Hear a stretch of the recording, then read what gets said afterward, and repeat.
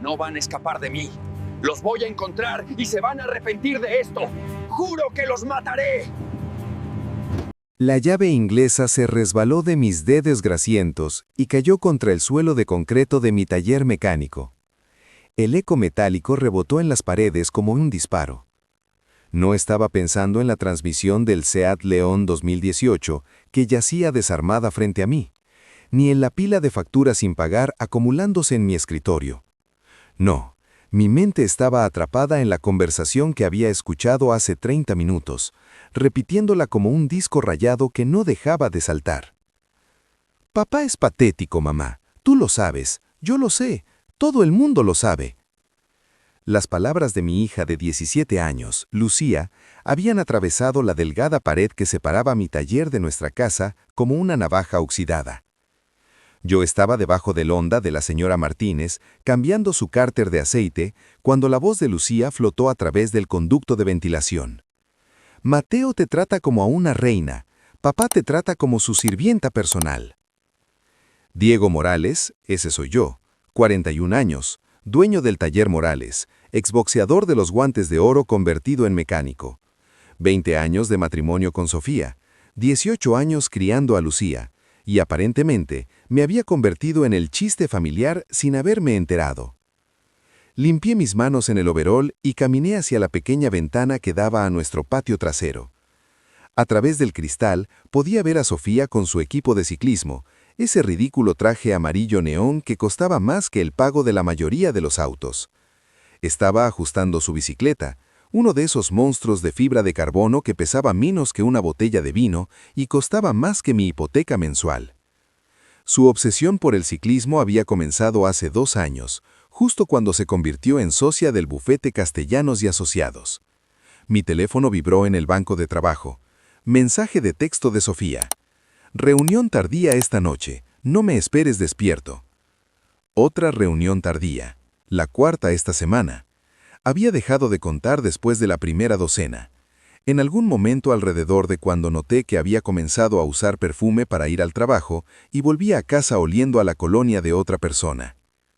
Mi teléfono vibró de nuevo. Esta vez era un mensaje con foto de un número desconocido. La imagen se cargó lentamente en mi pantalla agrietada, los píxeles formando algo que hizo que mi estómago cayera como una piedra en un pozo profundo. Sofía en una habitación de hotel. No estaba sola. El hombre con ella le daba la espalda a la cámara, pero reconocí el tatuaje tribal que serpenteaba por su omóplato. Mateo Rivas, 28 años, entrenador personal en Gimnasio Premium, chef de medio tiempo en la Toscana, decepción de tiempo completo para sus padres. ¿Quieres saber qué pasó después? ¿Crees que Diego se quedó callado o explotó? Sigue leyendo porque lo que hizo a continuación cambió todo. Sabía esto porque Sofía no se callaba sobre él. Mateo está tan dedicado a su rutina de ejercicio. Mateo está pensando en abrir su propio restaurante. Mateo dice que el ciclismo es más sobre fuerza mental que física. Mateo dice, Mateo piensa, Mateo cree. Si hubiera sabido que mi esposa estaba obteniendo un doctorado en estudios de Mateo, podría haberle prestado más atención. El texto anónimo que siguió fue breve. Pensé que debería saberlo, un amigo. Miré fijamente la foto hasta que me ardieron los ojos. El rostro de Sofía estaba vuelto hacia Mateo, su expresión suave e íntima de una manera que no había visto dirigida hacia mí en años. Su mano rezababa sobre su pecho, dedos extendidos sobre su corazón, como si estuviera reclamando territorio. 20 años de matrimonio, 20 años construyendo algo juntos, de sueños compartidos y conversaciones nocturnas, y promesas de envejecer en el porche delantero, viendo jugar a los nietos en el patio que habíamos comprado con nuestro primer reembolso de impuestos conjunto. Me senté pesadamente en mi taburete de trabajo, la foto aún brillando en la pantalla de mi teléfono. La parte racional de mi cerebro, la parte que me había mantenido fuera de problemas serios durante mis días de boxeo, susurraba que debería pensar bien esto, planear mi próximo movimiento cuidadosamente, tal vez hablar con un abogado o un consejero. Pero la otra parte de mi cerebro, la parte que me había ganado el apodo de Relámpago Diego en el ring, quería conducir a ese hotel ahora mismo y presentarle a Mateo mi gancho izquierdo. Si fueras Diego, ¿qué harías? ¿Confrontación directa o venganza fría? La respuesta te sorprenderá. La puerta principal del taller sonó, y don Ernesto entró arrastrando los pies, su rostro curtido fruncido en su perpetuo ceño. Don Ernesto había sido mi entrenador en aquellos días. Había trabajado en mi esquina durante 37 peleas amateurs y 12 combates profesionales hasta que una retina desprendida terminó mi carrera. Ahora dirigía el programa de boxeo en el centro comunitario y pasaba por mi taller cada martes para café y quejas sobre la generación más joven. «Te ves como si alguien te hubiera robado el almuerzo», dijo don Ernesto, sirviéndose una taza de la antigua cafetera que mantenía cerca de la caja registradora. Le mostré la foto. Don Ernesto estudió la pantalla durante un largo momento, sus pobladas cejas grises uniéndose hasta que se juntaron. «Bueno, eso es una patada en los dientes», dijo. «Es una forma de decirlo. ¿Qué vas a hacer?» Era una pregunta simple con una respuesta complicada. ¿Qué iba a hacer? ¿Confrontar a Sofía? ¿Confrontar a Mateo? ¿Pretender que nunca había visto la foto y esperar que todo se calmara? Todavía no lo sé.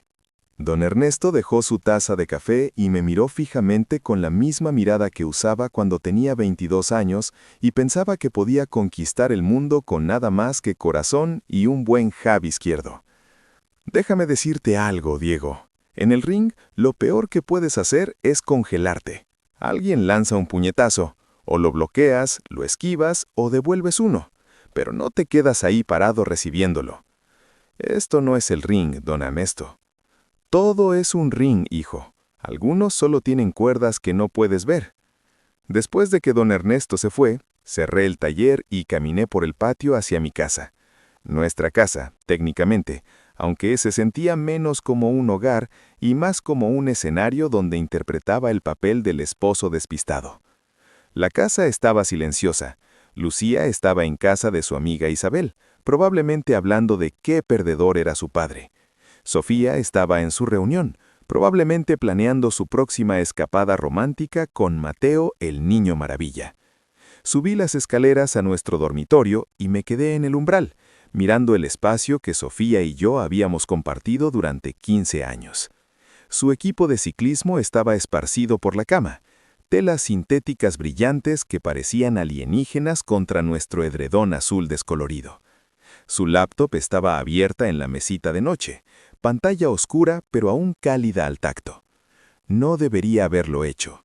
Sabía que no debería haberlo hecho, incluso mientras mi dedo se cernía sobre el trackpad. Pero la foto en mi teléfono había abierto algo dentro de mí, una oscura curiosidad que exigía ser alimentada.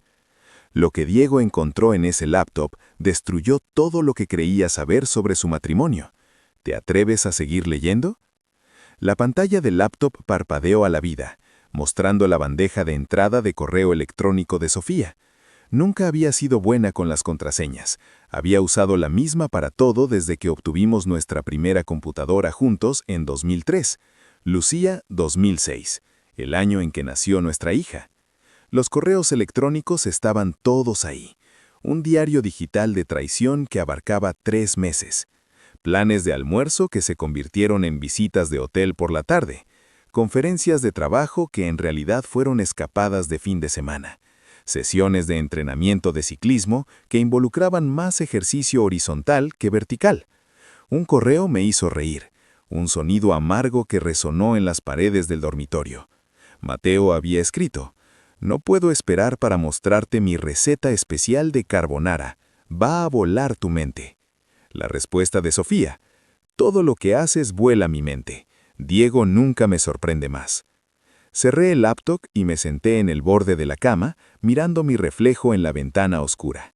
El hombre que me devolvía la mirada era más viejo de lo que recordaba, con canas atravesando su cabello castaño y líneas alrededor de sus ojos que no habían estado ahí hace 5 años.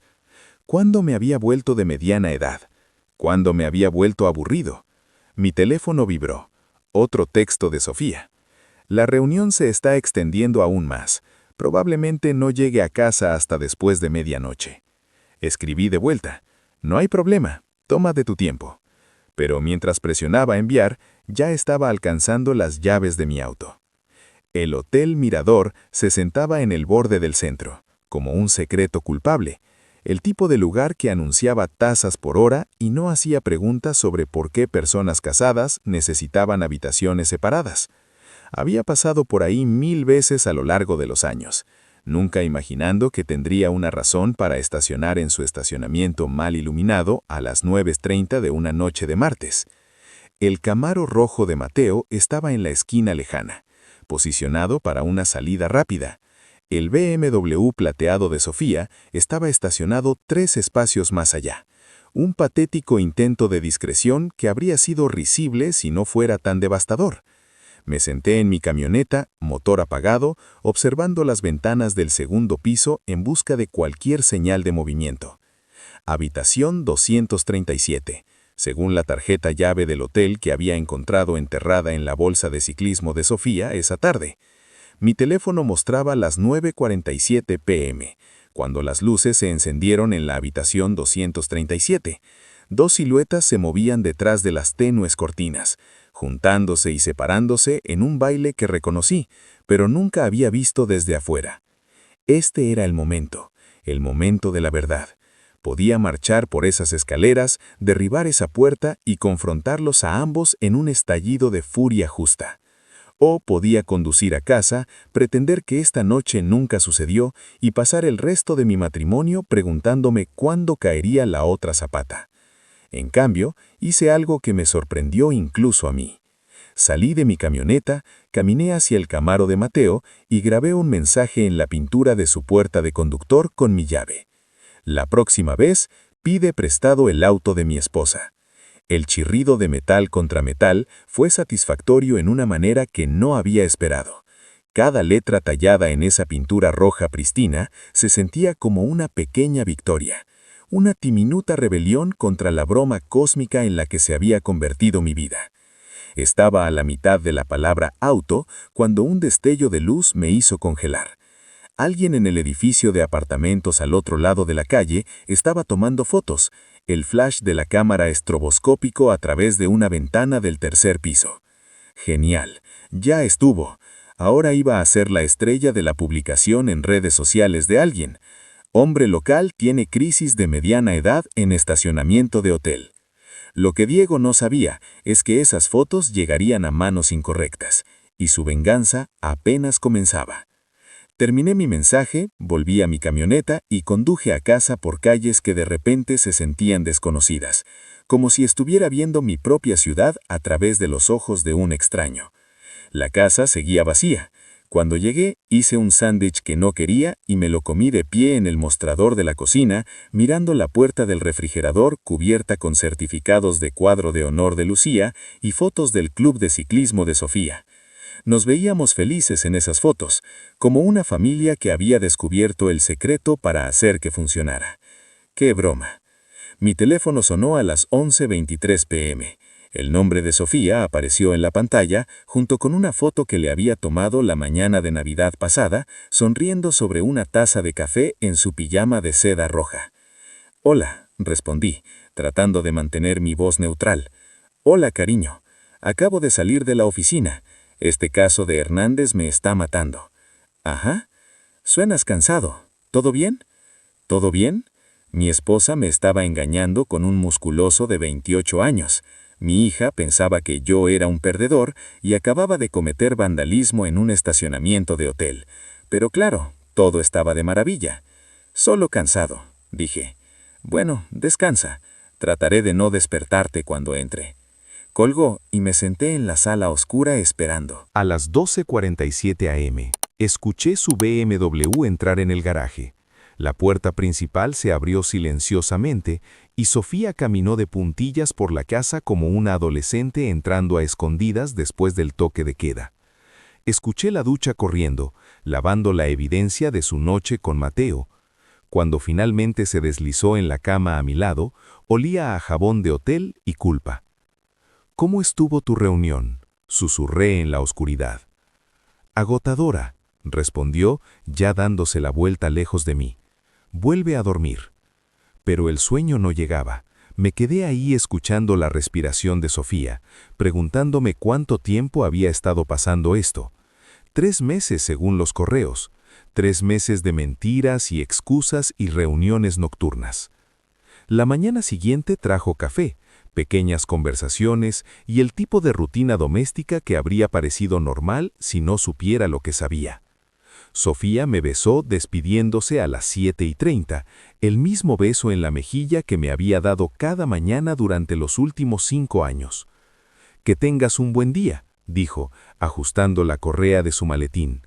«Tú también, intenta no trabajar hasta tarde». Se detuvo en la puerta principal y por un momento pensé que podría confesar todo. En cambio, sonrió esa sonrisa profesional que usaba con clientes difíciles. «Lo intentaré. Te amo». «Yo también te amo». Las palabras se sintieron como papel de lija en mi boca. Lucía se fue a la escuela 20 minutos después, apenas reconociendo mi existencia, más allá de un gruñido cuando le pregunté si necesitaba dinero para el almuerzo. A los 17 había perfeccionado el arte de hacer que su padre se sintiera invisible. Estaba solo en la casa, rodeado por la vida que había construido y aparentemente perdido sin darme cuenta. Las paredes estaban cubiertas de fotos familiares que abarcaban 2 décadas, una línea de tiempo visual de mejores días. Mi teléfono vibró con un mensaje de texto de un número desconocido. «Revisa tu correo electrónico».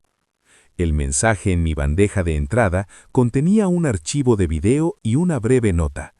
«Pensé que querrías ver esto antes de que se vuelva viral. Tu amigo de anoche». El video era granulado, filmado desde la distancia, pero lo suficientemente claro para mostrarme vandalizando el auto de Mateo. Mi cara era parcialmente visible en la iluminación de seguridad del hotel, y mi placa era claramente legible mientras me alejaba. El correo continuaba: «No te preocupes, no voy a publicar esto en ningún lado, pero querría saber que alguien más también estaba grabando. Cámaras de seguridad del hotel. Solo pensé que deberías estar preparado». Mi teléfono sonó. El identificador de llamadas mostraba un número que no reconocía. «Señor Morales, soy la detective Ramírez de la policía. Necesitamos hablar». ¿Arrestarán a Diego o usará esto a su favor? Lo que pasó después, nadie lo vio venir. La detective Ramírez parecía que preferiría estar en cualquier otro lugar que sentada en mi taller mecánico a las 10 de la mañana, bebiendo café de un vaso de papel y fingiendo estar interesada en mi explicación de por qué decidí redecorar el auto de Mateo Rivas con mi llave de casa. «Entonces, déjame entender esto bien», dijo, hojeando su libreta. Recibió una foto anónima de su esposa con otro hombre, lo siguió a un hotel y luego vandalizó el vehículo del hombre. ¿Ese es el resumen? Sí. ¿Y no ve ningún problema con esta secuencia de eventos? Limpié mis manos con un trapo del taller, ganando tiempo para pensar en una respuesta que no me hiciera sonar como un lunático completo. «Mire, detective, no estoy orgulloso de lo que hice, pero cuando descubres que tu esposa te engaña, el pensamiento racional no es exactamente tu primera prioridad. El señor Rivas está presentando cargos: vandalismo, daño a la propiedad. El estimado de reparación es de 2.800 euros. 2.800 euros por unos rasguños en la pintura de un auto que probablemente no valía mucho más que eso, pero supongo que ese no era el punto. El punto era que había cruzado una línea y ahora iba a pagar por ello. «Cubriré los daños», dije. «Solo quiero que esto desaparezca». La detective Ramírez cerró su libreta y se puso de pie. «No es tan simple, señor Morales. También está el asunto de la orden de alejamiento». ¿Orden de alejamiento? El señor Rivas solicitó una orden de protección esta mañana. Debe mantenerse al menos 500 metros de distancia de él, su residencia y su lugar de trabajo. La ironía no me pasó por alto. El hombre que se acostaba con mi esposa había conseguido una orden de alejamiento contra mí. Después de que la detective Ramírez se fue, me senté en mi taller y entendí cómo mi vida se había convertido en una canción de música ranchera. Esposa infiel, auto vandalizado, orden de alejamiento. Solo me faltaba un problema con el alcohol para el cliché completo. Mi teléfono sonó. El nombre de Sofía en el identificador. Diego, ¿qué demonios hiciste? Sin cortesías, sin charla, directo a la acusación. Al menos estaba siendo eficiente. Creo que sabes lo que hice. Mateo me llamó, dijo. Dijo que rayaste su auto. Está presentando cargos.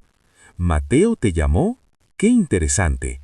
Me pregunto por qué te llamaría a ti sobre algo que le pasó a él. Silencio al otro lado de la línea. Podía prácticamente escuchar los engranajes girando en su cerebro de abogada, tratando de averiguar cuánto sabía y cuánto podía probar. Diego, necesitamos hablar. Sí, necesitamos hacerlo, pero no por teléfono. Estaré en casa a las 6. Hablaremos entonces. Colgó sin decir adiós. La confrontación que siguió cambió todo. ¿Confesará a Sofía o seguirá mintiendo? Prepárate para el giro más impactante. A las 5:30 cerré el taller y caminé por el patio hacia la casa. Lucía estaba en la sala haciendo tarea con la televisión encendida, una habilidad que había dominado y que nunca dejaba de asombrarme. «Hola, cariño». «Hola». No levantó la vista de su libro de texto. «Tu mamá va a llegar pronto. Necesitamos tener una reunión familiar». Eso captó su atención. Lucía levantó la vista con la expresión de alguien a quien le acababan de decir que necesitaba un tratamiento de conducto. ¿Qué tipo de reunión familiar? El tipo donde hablamos sobre algunos cambios que están por venir. ¿Se van a divorciar? La pregunta me golpeó como un puñetazo que no había visto venir. La voz de Lucía era factual, como si estuviera preguntando sobre el clima o qué íbamos a cenar. ¿Qué te hace preguntar eso? Vamos, papá. Apenas se hablan. Mamá nunca está en casa. Duermes en la habitación de invitados la mitad del tiempo. Tengo 17 años, no 7. Niña inteligente. Demasiado inteligente, tal vez. Sí, Lucía, probablemente sí. Asintió como si esto confirmara algo que ya había descubierto. ¿Es por Mateo? La pregunta me detuvo en seco. ¿Qué sabes sobre Mateo? No soy estúpida, papá. Mamá habla de él constantemente. Se ilumina cuando su nombre aparece. Nunca se ilumina cuando aparece tu nombre. De la boca de los niños. Mi hija de 17 años había descubierto lo que yo había estado demasiado ciego para ver. Lo siento, cariño. ¿Por qué? Por dejar que llegara a tan lejos. Por no ser el tipo de esposo y padre que ambas merecían. Lucía cerró su libro de texto y me miró con ojos que parecían más viejos que sus años. Papá, tú no eres el problema aquí. Lo sabes, ¿verdad? Antes de que pudiera responder, el BMW de Sofía entró al garaje. Sofía entró por la puerta principal como un sistema de tormenta, todo bordes afilados y energía apenas contenida. Se había cambiado de su ropa de trabajo a jeans y un suéter, pero aún parecía vestida para la batalla. Está bien, dijo, dejando su bolso en la mesa de centro. Terminemos con esto. ¿Terminar con qué? Con lo que sea esto, esta crisis de mediana edad o colapso o como quieras llamarlo. La miré fijamente, tratando de encontrar algún rastro de la mujer con la que me había casado. La mujer que solía reírse de mis bromas y quedarse dormida en mis ambas viendo películas nocturnas. Muéstrame tu teléfono, dije. ¿Qué? Tu teléfono. Muéstrame tus mensajes de texto con Mateo. El color se drenó de su rostro, pero se recuperó rápidamente. Entrenamiento de abogada, probablemente. No sé de qué me hablas. ¿En serio? Entonces no te importará mostrarme tu teléfono. No voy a mostrarte nada. Vandalizaste el auto de un hombre inocente, basado en una fantasía paranoica. ¿Hombre inocente? ¿Así lo estamos llamando? Sofía cruzó sus brazos y me miró fijamente con su mirada de sala del tribunal, la que usaba para intimidar testigos hostiles. Diego, necesitas ayuda. Ayuda profesional. Este chelo, esta paranoia, no es saludable. Tengo fotos, Sofía. Eso la detuvo en seco. Por solo un momento, su máscara de abogada se resbaló, y vi algo que podría haber sido miedo. ¿Qué fotos? Saqué mi teléfono y le mostré la imagen que había iniciado todo este desastre. Sofía miró fijamente la pantalla, su rostro pasando por sorpresa, ira y finalmente resignación. ¿Dónde conseguiste esto? ¿Importa? Se sentó pesadamente en el sofá, de pronto viéndose tan cansado como yo me sentía. ¿Cuánto tiempo ha sabido? Desde ayer. Pero creo que la mejor pregunta es, ¿cuánto tiempo ha estado pasando esto? 3 meses. 3 meses. 90 días de mentiras y de engaños y tomándome por tonto. ¿Por qué? Era la única pregunta que realmente importaba y para la que menos estaba preparado para escuchar la respuesta. Sofía estuvo callada durante mucho tiempo, mirando sus manos dobladas en su regazo. Porque él me hace sentir viva, finalmente dijo. Cuando estoy con Mateo, recuerdo cómo es sentirse emocionado por algo, sentirse deseado y joven. Lo que Sofía confesó después destruyó a Diego, pero también le dio el arma perfecta para la venganza final. ¿Y yo no te hago sentir esas cosas? Diego, ¿cuándo fue la última vez que me sorprendiste? ¿Cuándo fue la última vez que fuimos a algún lado juntos que no fuera una obligación familiar o una función de trabajo? ¿Cuándo fue la última vez que me miraste como si no pudieras esperar a estar a solas conmigo? Las preguntas colgaban en el aire entre nosotros como humo. Quería discutir, defenderme, señalar todas las formas en que había sido un buen esposo. Pero la verdad era que no podía recordar la última vez que había hecho cualquiera de esas cosas. Entonces, ¿esto es mi culpa? No se trata de culpa, se trata del hecho de que nos hemos convertido en extraños viviendo en la misma casa. Somos como compañeros de piso que dividen las cuentas y se turnan para lavar la ropa. No estaba equivocada. En algún momento del camino habíamos dejado de ser amantes y nos habíamos convertido en socios de negocios en la empresa de criar a Lucía y mantener un hogar. El romance había muerto tan gradualmente que no había notado que se había ido. «Quiero el divorcio», dijo en voz baja. «Sí», me di cuenta. «Haré que mi abogado presente los papeles. Podemos hacer esto amigablemente, dividir todo 50-50. ¿Amigablemente? ¿Después de lo que has hecho? Diego, por favor piensa en Lucía. No hagamos esto más difícil para ella de lo que tiene que ser. Bien, pero quiero la casa». ¿La casa? Diego, sé razonable. Yo gano 3 veces lo que tú ganas. Puedo pagar los pagos de la hipoteca. Entonces deberías poder comprar mi mitad y encontrar otro lugar para vivir. Esta también es mi casa. ¿Lo era? Tu casa ahora es solo el lugar al que vienes a ducharte el olor de tu novio. Sofía se puso de pie, su máscara de abogada firmemente de vuelta en su lugar. Tendré los papeles redactados para finales de semana. Probablemente deberías conseguir tu propio abogado. Ya lo tengo. Se detuvo en la puerta principal, su mano en la perilla. Por lo que vale, Diego, lamento que haya terminado así. No, no lo lamentas. Lamentas que te hayan atrapado. Los siguientes días pasaron en una neblina de encuentros incómodos y conversaciones tensas. Sofía se había mudado a la habitación de invitados, alegando que necesitaba espacio para pensar.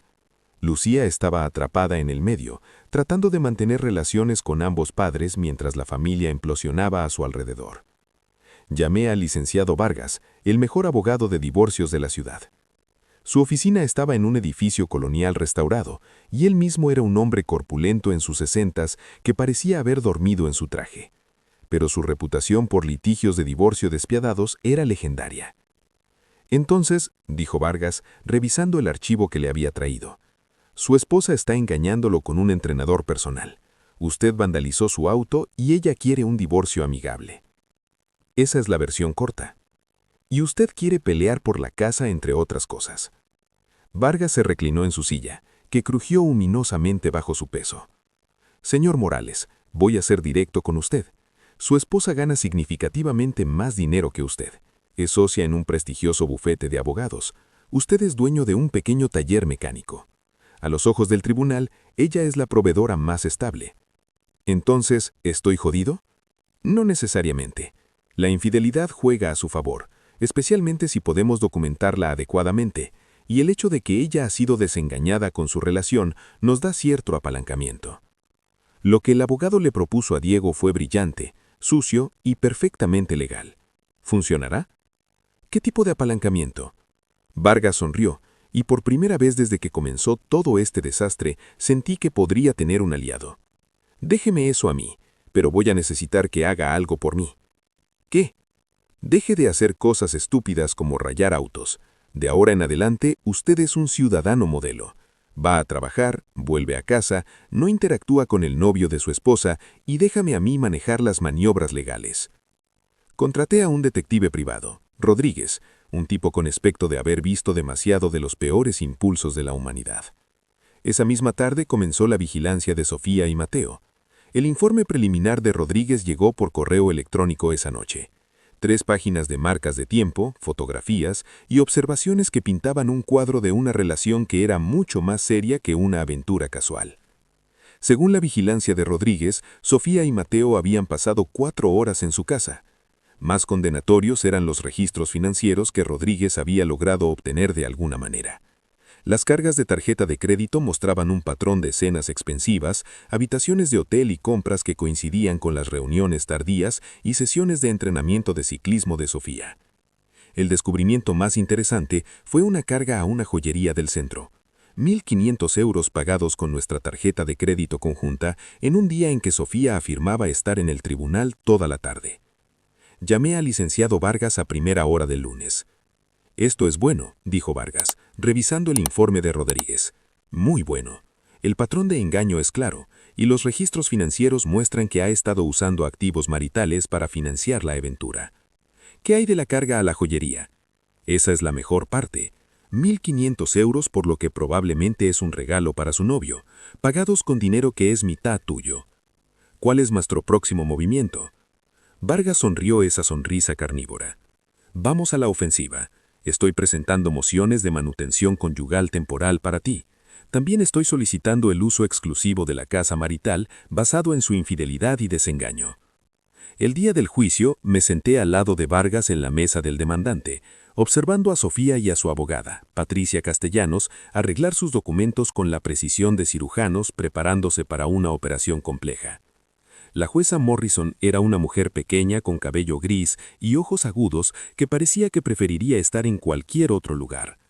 El testimonio de Mateo fue primero. Vargas lo destrozó en el interrogatorio, revelando sus deudas, su historial laboral y su patrón de salir con mujeres mayores y financieramente exitosas.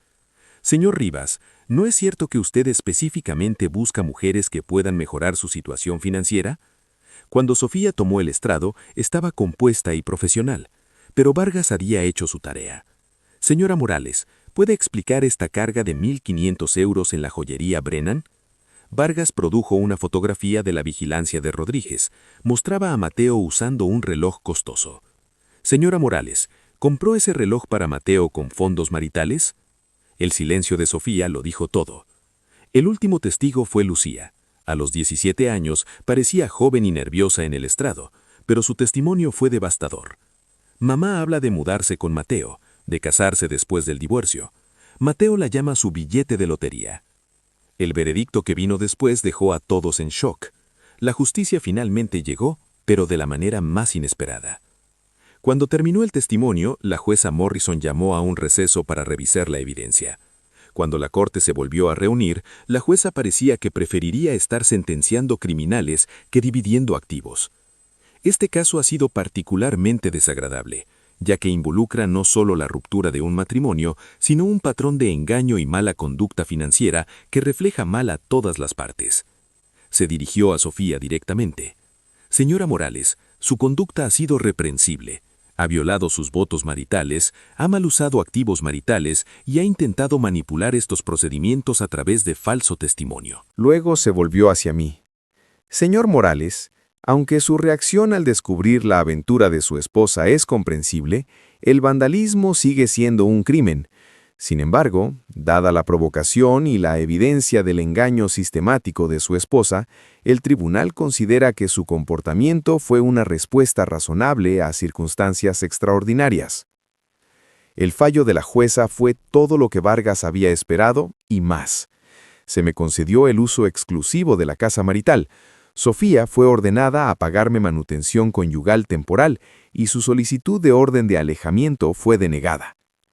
Además, continuó la jueza Morrison, la señora Morales será responsable de reembolsar al patrimonio marital todos los fondos gastados en su relación extramarital. El tribunal calcula esta cantidad en aproximadamente 12.000 euros. Mientras salíamos del tribunal, Sofía parecía haber sido golpeada por un camión. Mateo no estaba por ningún lado. Aparentemente decidió que una mujer que podría tener que pagar pensión alimenticia no era tan atractiva como una que iba a recibirla. Esa noche me senté en el porche delantero de mi casa ahora, bebiendo una cerveza y viendo la puesta de sol. Lucía se unió a mí, llevando su propio refresco y viéndose más relajada de lo que la había visto en meses. «Entonces, ¿qué pasa ahora?», preguntó. «Ahora nos reconstruimos. Tú terminas la secundaria, yo dirijo mi negocio y descubrimos cómo se ve nuestra familia en el futuro». «¿Qué hay de mamá?». «Tu madre tomó sus decisiones. Ahora tiene que vivir con las consecuencias». 6 meses después, el divorcio fue final. Me quedé con la casa, el negocio y la custodia de Lucía. Sofía se mudó a otra ciudad, aceptó un trabajo con una firma más pequeña y comenzó el largo proceso de reconstruir su reputación y su vida. Mateo, según el informe final de Rodríguez, se había mudado con una dentista divorciada en el condado vecino. Aparentemente, las prácticas dentales eran más rentables que los bufetes de abogados. Lucía prosperó en el ambiente estable que proporcioné. Se graduó de secundaria con honores y fue aceptada en 3 buenas universidades. La noche antes de que se fuera a su primer año, se sentó conmigo en el mismo porche donde había confrontado a su madre. «Papá, estoy orgullosa de ti». «¿Por qué?». «Por luchar, por no dejar que te destruyeran». Mientras veía a Lucía alejarse para comenzar su vida adulta, me di cuenta de que Vargas había estado equivocado en una cosa. Esto no había sido sobre ganar o perder, sobre venganza o justicia. Había sido sobre negarme a ser una víctima, sobre defender la vida que había construido y los valores en los que creía. Sofía había elegido tirar 20 años de matrimonio por unos meses de emoción con un hombre que la veía como una conquista. Esa fue su elección, y tendría que vivir con ella. Pero yo había elegido luchar por lo que era mío, proteger a mi hija y reconstruir mi vida en mis propios términos. Y al final, eso marcó toda la diferencia. Nunca volví a ver a Sofía después de esa mañana cuando dejó la nota en el mostrador de la cocina. Lucía la visitó algunas veces, pero la relación estaba tensa. Es difícil respetar a alguien que ha demostrado que no se puede confiar en él. El taller prosperó. La voz se corrió sobre cómo había manejado el divorcio y de alguna manera eso se tradujo en más negocios. Los hombres comenzaron a traer sus autos a mí, no solo porque era un buen mecánico, sino porque era un hombre que se había defendido cuando importaba. Nunca me volví a casar. Hubo algunas mujeres a lo largo de los años, pero nada serio. Había aprendido que el amor no era suficiente si no estaba respaldado por el carácter, y el carácter era algo que no podías fingir cuando las fichas estaban bajas. Lucía terminó la universidad, se casó con un buen hombre que la trataba con respeto y me dio 2 nietos que me llamaban abuelo y pensaban que era el hombre más inteligente del mundo. En las noches tranquilas, a veces me sentaba en ese mismo porche delantero y pensaba en las elecciones que me habían traído a ese momento. Sofía había elegido la traición, Mateo había elegido la codicia, y yo había elegido luchar. Al final, todos obtuvimos exactamente lo que merecíamos.